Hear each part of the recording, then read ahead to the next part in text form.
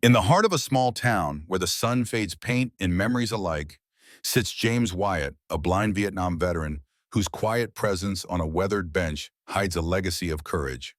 Every Wednesday, he listens to the world he can no longer see, kids laughing, flags snapping in the wind, clinging to the life he helped build.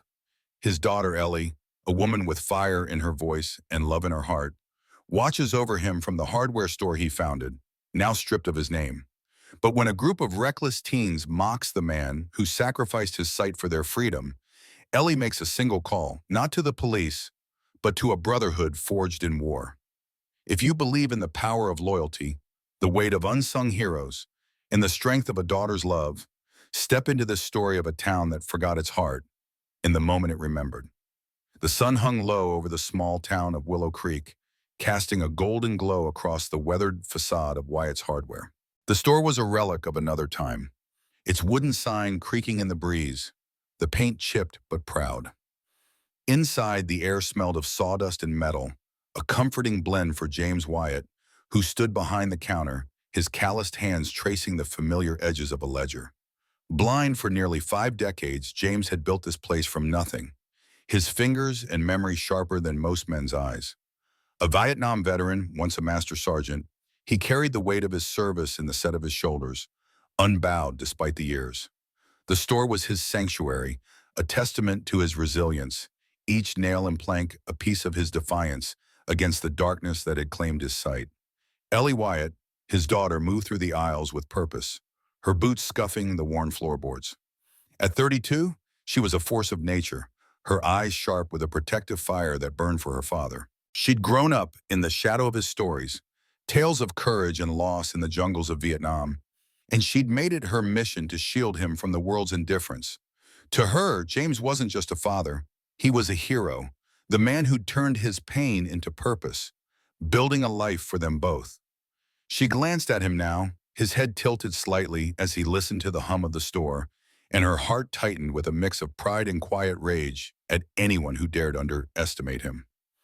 Outside, the roar of motorcycles shattered the afternoon's calm. 4 teenage boys, all leather jackets and bravado, rolled up on bikes too loud for their small frames. They swaggered into the store, their laughter sharp and careless, tossing insults like pebbles into a pond. "Hey, old man," one called, his voice dripping with mockery. "You even know where the hammers are, or you're just guessing?" The others snickered, their boots scuffing the floor as they circled like vultures. James's face remained steady, his blind eyes unseeing but his jaw tight. He'd heard worse in his time, far worse, but the sting of disrespect still cut deep. Ellie, restocking shelves nearby, froze, her hands clenching into fists. She wanted to storm over, to tear into them, but James's calm voice stopped her. "Aisle 5, third shelf," he said, his tone even, pointing precisely to the hammers. The boys, caught off guard, grabbed the tools and left, their laughter trailing behind like exhaust. Ellie's blood boiled as she watched them go. She wasn't just angry, she was livid, her heart pounding with a need to defend her father's honor. She knew he'd brush it off, like he always did, but she couldn't let it slide, not this time. She slipped into the back office, her fingers trembling as she dialed a number she hadn't used in years. "Colonel Brenner," she said when the line picked up, her voice low but firm. "It's Ellie Wyatt. I need a favor." She explained the incident, her words clipped, her emotions raw. The colonel, a grizzled member of the forgotten brotherhood, listened in silence. He'd served with James in the war, part of the elite Black Echo Command, and he knew the kind of man James was. "I'll handle it," he said, his voice rough with understanding. "Those kids won't know what hit them." Word spread fast among the brotherhood, a network of veterans bound by loyalty and shared scars. By dusk, the rumble of engines filled the town again. But this time it was different, deeper, heavier, deliberate. The Green Light Riders, led by Staff Sergeant Cole Draven, rolled into Willow Creek. Cole was a bear of a man, his face etched with lines from battles fought alongside James. He'd never forgotten the Master Sergeant who'd saved his life in a firefight, pulling him from a burning chopper with nothing but grit and instinct. Now, as he led his crew of leather-clad veterans, he felt a surge of purpose. They weren't just here for James. They were here to remind the world what respect looked like. The teenage bikers were lounging at a gas station, their bikes propped carelessly against a curb when the green light riders pulled up. The boys froze, their smirks fading as Cole dismounted, his presence commanding, his eyes hard. "Heard you had some fun at Wyatt's Hardware today," he said, his voice low, each word deliberate. The boys stammered, their bravado crumbling under the weight of Cole's stare. He didn't raise his voice, didn't need to. He spoke of James, his courage, his sacrifice, the lives he'd saved, including Cole's own. "That man built something out of nothing," Cole said, his tone cutting deeper than any shout. "And you thought you could walk in and disrespect him?" The boys, pale and shaken, mumbled apologies, their voices small. Cole nodded, satisfied but stern. "You'll make it right. Tomorrow." The next morning, the four boys returned to Wyatt's Hardware, their heads bowed, their bikes parked respectfully outside. They approached James, who stood at his counter, his hands still on the ledger. "Mr. Wyatt," the leader said, his voice unsteady but sincere, "we're sorry.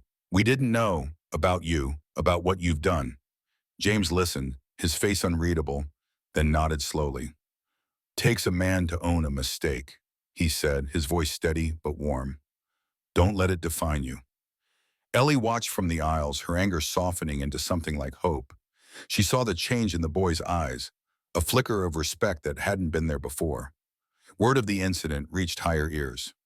General Mason Trent, now a silver-haired officer with a chest full of medals, caught wind of it through the Brotherhood's channels. He'd commanded James in Black Echo, had seen him lead men through hell and come out the other side. The idea of some punks mocking him stirred a quiet fury in the general's chest. He called Marla Hayes, a gunnery sergeant who ran national veteran outreach for the Legion Riders. "Marla," he said, his voice clipped with purpose, "we need to do something for James Wyatt. Something big." Marla, a woman whose warmth hit a steel core, agreed instantly. She'd met James years ago, had seen the quiet strength in his unseeing eyes, and she wasn't about to let his legacy be forgotten. Meanwhile, at the hardware store, Rick, one of James's employees, scoffed when he heard about the boy's apology. "Big deal," he muttered, tossing a wrench onto a shelf. "Old man's just a shopkeeper." "Why's everyone acting like he's a saint?" Ellie overheard, her temper flaring, but she held her tongue. Rick was young, clueless, his world small. He didn't know the man James had been, the lives he'd touched. She let it go, but her resolve hardened. Her father deserved better than being dismissed by Rick or anyone else. Days later, the mayor of Willow Creek visited the store, his suit out of place among the tools and lumber. He approached James with a nervous smile, his hands clutching a proposal. "Mr. Wyatt," he said, "the town wants to name a block after you, Wyatt's Way, for your service, your store, everything you've done." James tilted his head, his blind eyes seeming to see right through the man. He didn't speak for a long moment, the weight of his past settling around him like dust. "I don't need a street," he said finally, his voice soft but firm. "I built this place for my daughter, for this town. That's enough." Ellie, standing nearby, felt tears prick her eyes. She knew he meant it, but she also knew the town wouldn't let his humility stop them. Wyatt's Way would happen, whether he wanted it or not. As the mayor left, James returned to his ledger, his fingers tracing the numbers, his mind half in the present, half in the jungles of long ago. Ellie watched him, her heart swelling with love and fierce pride. The store was more than a business. It was a monument to her father's spirit, a place where his strength lived on. Outside, the sun dipped lower, painting the sky in shades of fire, and the creaking sign of Wyatt's Hardware swayed gently in the evening breeze. In the heart of a small American town where the streets hummed with the quiet rhythm of daily life, James Wyatt stood behind the counter of his hardware store. His hands, weathered by years of service and sacrifice, moved with a quiet precision, tracing the outlines of tools and supplies he knew by heart. Blind since his days in Vietnam, where he served as a Master Sergeant, James had built this store from the ground up, a testament to his resilience. The scent of sawdust and metal filled the air, grounding him in a world he could no longer see, but felt deeply in his bones. Yet, beneath his steady demeanor, a flicker of frustration stirred. The world outside his store was changing, and not always for the better. Ellie Wyatt, his daughter, stood nearby, her sharp eyes scanning the aisles. She was more than just a clerk. She was James's fiercest protector, a woman who carried the weight of her father's legacy with pride and defiance. Her love for him was a fire that burned bright, but so too was her anger at those who failed to see his worth. She watched as customers came and went, some offering nods of respect, others oblivious to the man who had given so much. Her jaw tightened when she overheard Rick, a younger employee, muttering under his breath about James being just an old vet. To Rick, the store was just a job, not a monument to a hero. Ellie's fingers curled into fists, but she held her tongue knowing her father would disapprove of a scene. One humid afternoon, trouble arrived in the form of four teenage bikers, their laughter sharp and careless as they swaggered into the store. Their boots scuffed the wooden floor, and their voices carried a mocking edge as they spotted James, his white cane resting against the counter. "Hey, old man," one of them sneered. "Bet you can't even tell what we're holding." They dangled a wrench just out of his reach, snickering as they waited for a reaction. James's face remained calm, but a shadow of weariness crossed his features. He had faced worse in the jungles of Vietnam, but the sting of disrespect in his own store cut deeper than he'd admit. Ellie, however, was not so restrained. Her voice sliced through the air like a blade. "Get out," she snapped, stepping forward, her eyes blazing. "You don't get to come in here and mock my father." The boys, startled by her ferocity, backed off, their bravado crumbling as they shuffled out the door. That night, Ellie sat at the kitchen table, her mind racing. The incident with the bikers wasn't just a fleeting annoyance. It was a symptom of a larger problem. The town was forgetting men like her father. The sacrifices of veterans fading into the background of everyday life. She couldn't let that stand. Her fingers hovered over her phone before she dialed a number she hadn't called in years. "Colonel Brenner," she said when the line picked up, her voice steady but urgent. "It's Ellie Wyatt. We need to talk about Dad." Colonel Brenner, a grizzled member of the forgotten brotherhood, listened as Ellie poured out her frustrations, the dismissive attitudes, the lack of recognition for her father's service. Brenner's voice, rough with age but warm with camaraderie, promised action. "James is one of ours," he said.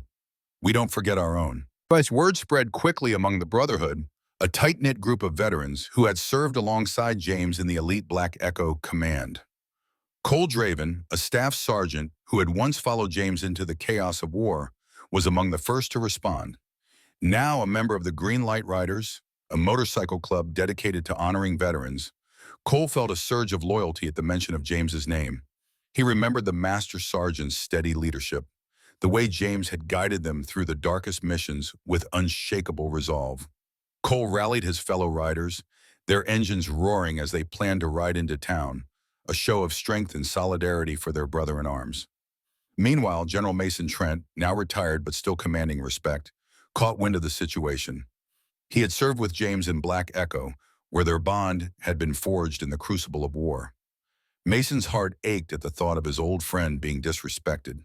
He reached out to Marla Hayes, a gunnery sergeant who ran the National Veteran Outreach for the Legion Riders. Marla, a no-nonsense woman with a deep commitment to veterans' causes, was incensed by Ellie's story. "James Wyatt deserves better," she said, her voice firm. "We'll make sure this town remembers." Marla began organizing a campaign to honor James, coordinating with local veteran groups to ensure his contributions would not be forgotten. Back at the store, the mayor paid a visit, his polished shoes clicking against the floor as he approached James. He was a man of good intentions, but often swayed by public opinion. "Mr. Wyatt," he began, his tone warm but formal, "I'd like to propose naming a block in town after you, a tribute to your service." James tilted his head, his expression unreadable. The idea was kind, but it felt hollow to him, a gesture that might fade as quickly as it was made. "I didn't serve for streets or statues," he said quietly, his voice steady but tinged with something deeper, a longing for genuine respect over fleeting honors. Ellie, standing nearby, felt a pang of pride but also frustration. She wanted more than a name on a sign. She wanted the town to truly see her father. Days later, the roar of motorcycles filled the air as the Green Light Riders rolled into town, their bikes gleaming under the sun. Cole led the pack, his face set with determination. The townspeople gathered, drawn by the sound and the sight of the veterans, their leather vests adorned with patches that told stories of sacrifice. At the center of it all was James, standing tall despite his blindness, his cane a quiet symbol of his strength. The teenage bikers, the same ones who had mocked him, stood at the edge of the crowd, their faces pale. Word of their behavior had reached Cole, and he approached them, his presence imposing, but his voice calm. "You boys made a mistake," he said, his eyes locking onto theirs, "but you can make it right." Chastened, the boys stepped forward, their voices trembling as they apologized to James in front of the crowd. "We didn't know," one of them mumbled, his cheeks flushed with shame. James nodded, his face softening. "Learn from it," he said simply, his words carrying the weight of a man who had seen too much to hold grudges. The day ended with the town gathered around James's store, the air thick with emotion. Marla spoke to the crowd, her voice ringing with conviction as she recounted James's service, not just in war, but in the life he had built afterward. The mayor, moved by the display, promised more than just a named block. He vowed to work with veteran organizations to create lasting programs in James' honor. Ellie watched it all, her heart swelling with a mix of pride and relief.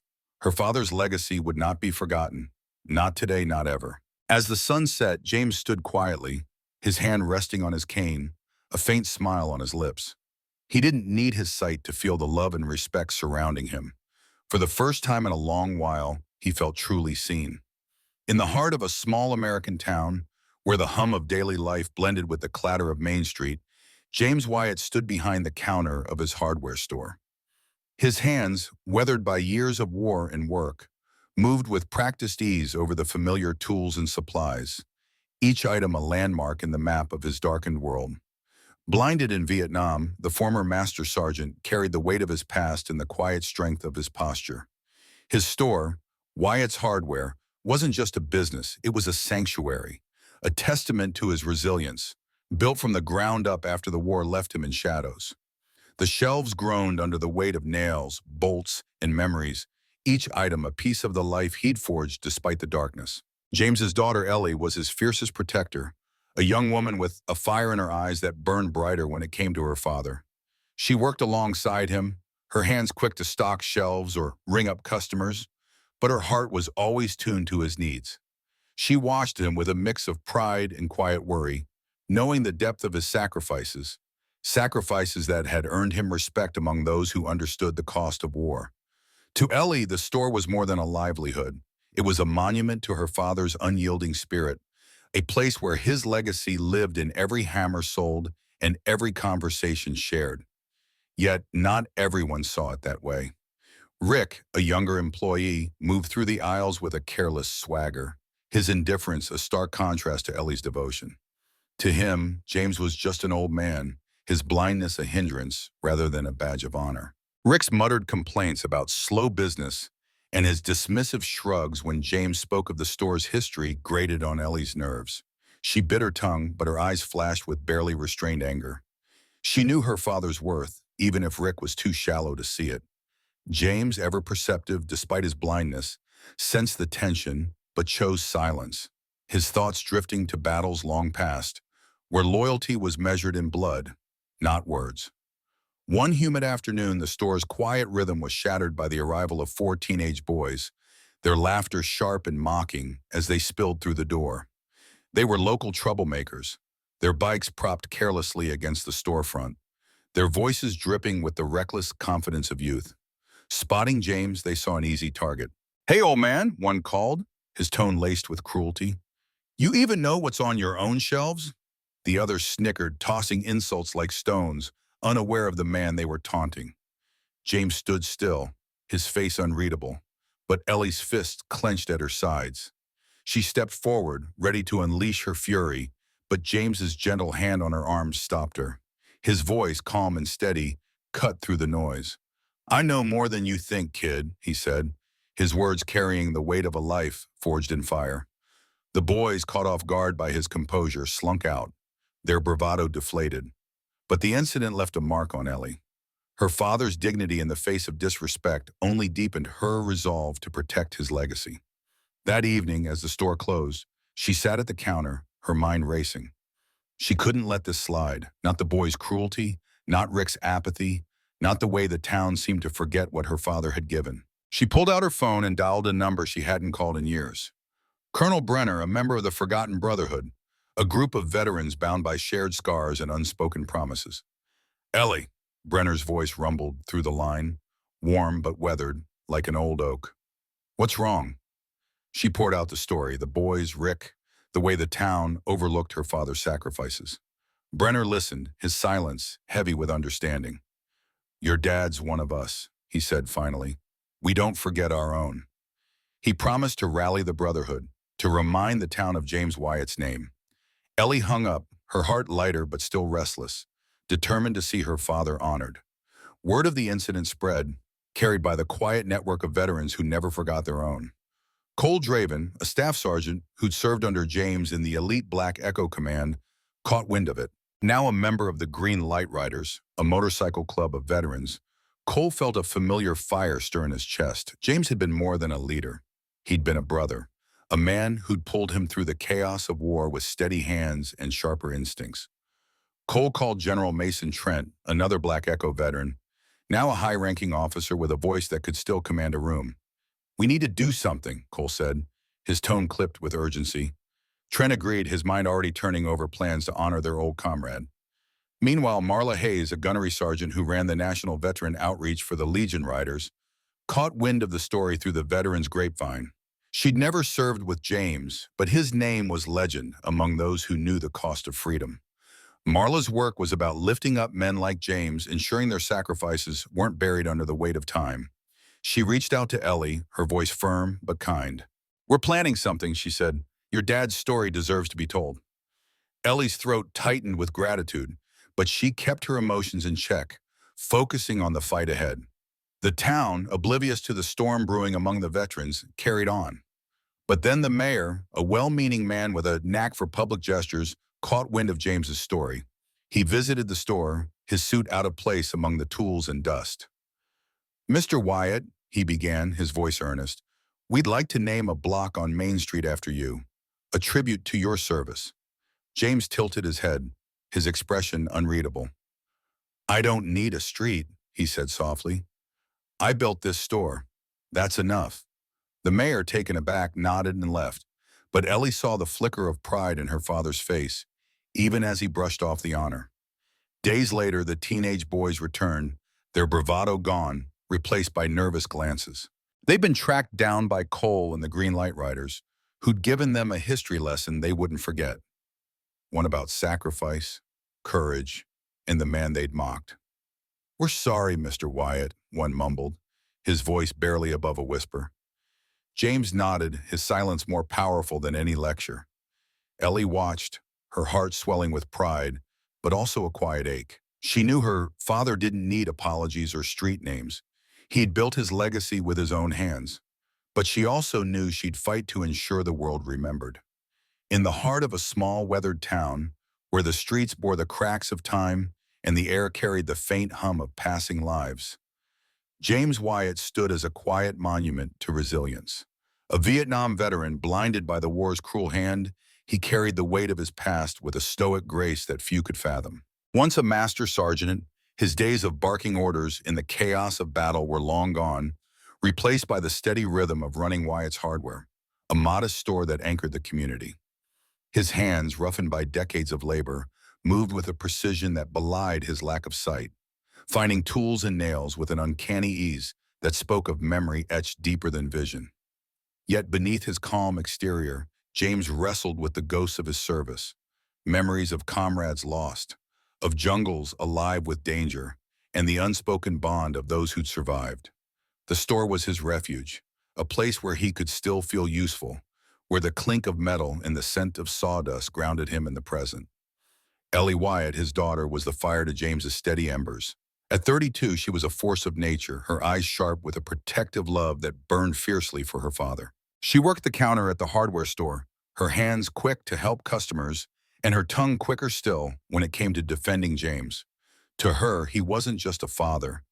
He was a hero, a man who'd faced hell and come back to build a life from its ashes.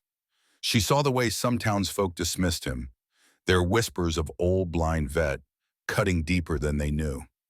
Ellie carried her own scars, years of watching her father struggle, of hearing his late-night murmurs about missions gone wrong. She'd learned to read his silences, to sense the weight of his memories, and she'd sworn to shield him from anyone who dared diminish his worth. One humid afternoon, as the summer sun baked the pavement outside, trouble sauntered into the store in the form of four teenage bikers. Their laughter was sharp, their voices loud with the reckless confidence of youth.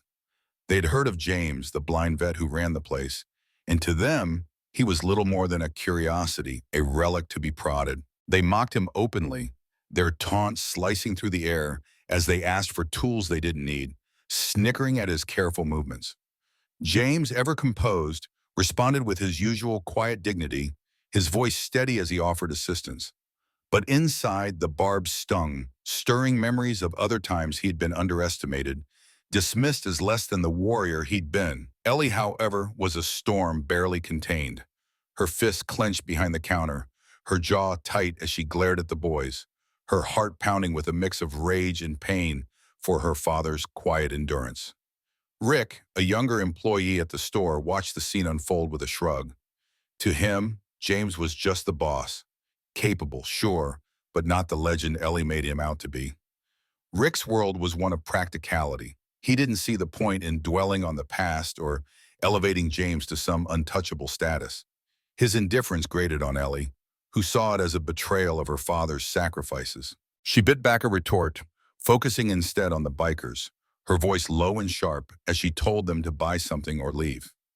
The boys, sensing her fire, backed off, but not before tossing out one last jab at James, their laughter trailing them out the door.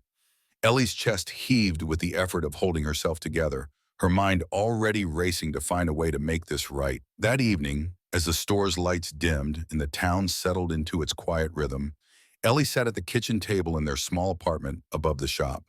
Her fingers traced the edge of a worn photograph of James in his uniform, his eyes still sharp with purpose. She couldn't shake the image of those boys' sneers, the way they'd reduced her father to a punchline. Her heart ached with the weight of his unacknowledged sacrifices, and she knew she couldn't let this pass. She pulled out her phone and dialed a number she hadn't called in years, her voice steady but urgent as she reached out to Colonel Brenner, a member of the Forgotten Brotherhood, a group of veterans who'd served alongside James in the Black Echo Command. Brenner's voice, gravelly with age, carried the warmth of old camaraderie as he listened to Ellie's account. He promised to rally the others, his tone firm with the resolve of a man who'd never forgotten the bonds forged in war. Word spread quickly among James's old comrades. Cole Draven, a staff sergeant who'd ridden with James in the Greenlight Riders, felt a surge of loyalty when he heard the news. He remembered James's steady hand in the chaos of Vietnam, the way he'd led their unit through impossible odds. The thought of some punk kids disrespecting him lit a fire in Cole's chest, a mix of anger and protectiveness that hadn't dulled with time. He reached out to Marla Hayes, a gunnery sergeant who now ran the National Veteran Outreach for the Legion Riders. Marla, tough as nails and fiercely devoted to her fellow vets, was incensed. She'd known James as a mentor, a man whose quiet strength had inspired her own path. The idea of him being mocked in his own store was an affront she couldn't let stand. She began coordinating with other veterans, her voice crackling with determination as she planned a response. Meanwhile, the town was stirring with its own recognition of James. The mayor, a genial man with a knack for public gestures, had been pushing for months to name a block after James Wyatt, a nod to his service and his contributions to the community. He'd heard whispers of the incident at the store, and it only strengthened his resolve. To him, James was a symbol of the town's heart, a man who'd given everything and asked for nothing. The mayor's proposal was met with murmurs of approval at the town hall, but he wanted to do more, to show James that his sacrifices hadn't been forgotten. He reached out to Ellie, his voice earnest as he outlined his plan, unaware of the storm she was already brewing with the veterans. Days later, the teenage bikers returned to the hardware store, their bravado replaced by a nervous shuffle. Word of their mockery had reached their parents, and the weight of their actions had settled in. They stood before James, their heads bowed, voices trembling as they apologized. They spoke of their regret, of how they hadn't understood the depth of his service, the cost of his blindness. James listened, his face unreadable. his heart heavy with a mix of forgiveness and weariness. He accepted their apologies with a nod, his voice gentle but firm, urging them to think before they spoke, to see the weight of a person's story before passing judgment. Ellie watched from the counter, her eyes soft with pride but still sharp with the memory of their cruelty. She knew this moment was a start, but the fire in her chest hadn't fully cooled. As the boys left, the roar of motorcycles filled the air outside. Cole, Marla, and a dozen other veterans from the Green Light Riders and the Forgotten Brotherhood rolled into the parking lot, their bikes gleaming under the midday sun. They'd come to stand with James, their presence a silent testament to the unbreakable bonds of service. Colonel Brenner stepped forward, his hand clasping James's shoulder, his voice thick with emotion as he spoke of their shared past, of missions that had tested their souls. Marla, her eyes fierce with loyalty, promised James that the Legion Riders would always have his back. The mayor arrived soon after, his speech about the block naming drowned out by the veterans' cheers, their unity a powerful reminder of James's impact. James stood in the center of it all, his sightless eyes turned toward the voices of his comrades, his heart swelling with a gratitude he couldn't voice. The store, once a quiet refuge, was now alive with the weight of memory, loyalty, and redemption. Ellie stood by his side, her hand resting on his arm, her eyes glistening with tears she refused to let fall. For her, this was more than a moment. It was a reckoning, a testament to the man her father was and the legacy he carried. The town, the veterans, and even the chastened boys had come together, not just to honor James, but to remind him that his story, his sacrifices, were etched into the very soul of the community. And as the sun dipped low, casting long shadows across the parking lot, James felt the weight of his past ease, if only